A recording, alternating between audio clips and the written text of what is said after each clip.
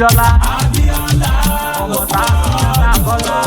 Òkú ọdún wàá ṣe púpọ̀ ọdún láyé. Wàá ṣe púpọ̀ ọdún láyé o. Àpáta dé Àpáta Apataewi dé.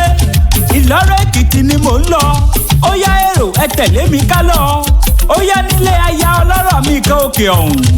Aya Ìṣọ̀lá bá mi ṣayé. Big Mummy ṣọ́nbẹ́lẹ́ ní àbóròde. Abíọ́lá ọmọ Ajéyọmí òní lọ́dún rẹ̀. Abá dúpẹ́ lọ́wọ́ Olúwa. Ọ̀dádá tó dá ọtọ́ tó dá ọ sáyé tí ó sì dá ọ̀dá. Ọ̀pọ̀lẹ́jọ délé ayé tí wọ́n sọdún tiwọn nínú sàré. Adédoyin ọmọ Ajéyọmí Adé ọmọ Ajé. Ó kú ọdún ọjọ́ ìbí tòní o. Àjàyí ògidì olú ògidì olú oníkànga àjípọn. Òbomi oṣùrù wẹ́dà.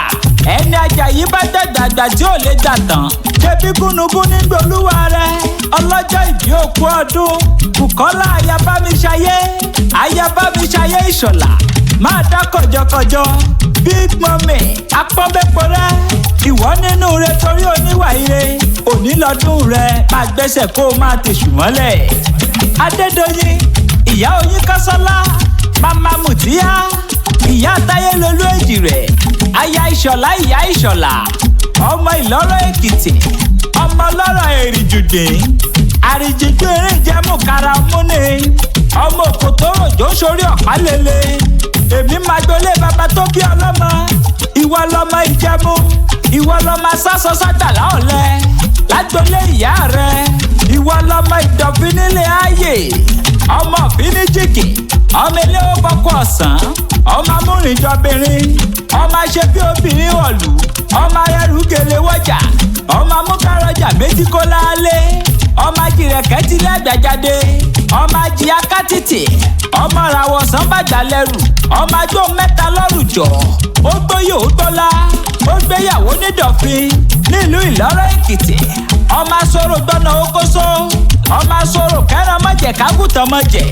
Ọmọ lọ́yà koroko ẹdẹ. Ọmọ òkànràn jọlọjọ lójú àgbà. Ọmọ ọlọ́dúnkù atúkẹ́ tìtù.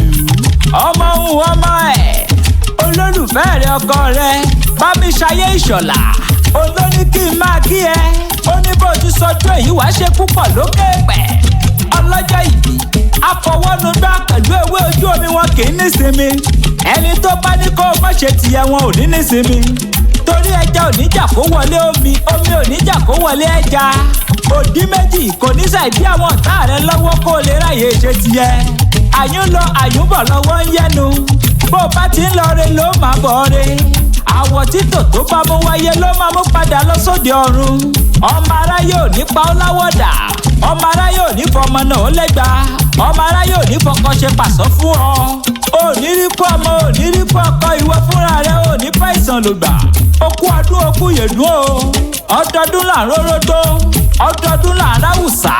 Ọdọọdún la bí ẹyá so ládọ́ta ládọ́ta. Ọdọọdún ló máa yan panda níwájú àbínú ẹni. Ìwà máa yọ bí ọjọ́. Wàá máa lálẹ́ wù bí òṣùmàrè. Láṣẹ lọ́wọ́ Olódùmarè ọba mi. Happy birthday to you.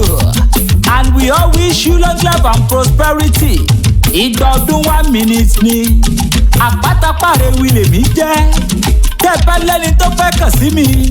Ẹni kí wọ́n pè mí sórí nọ́mbà sáìdì tọ̀dọ̀ tèmi 081 69 60 2775. Mo gbéra bá ó dibi tá a forí mi sọlẹ̀ sí níbi ojúmọ́ ti mọ́dé gbogbo ilẹ̀ kílẹ̀.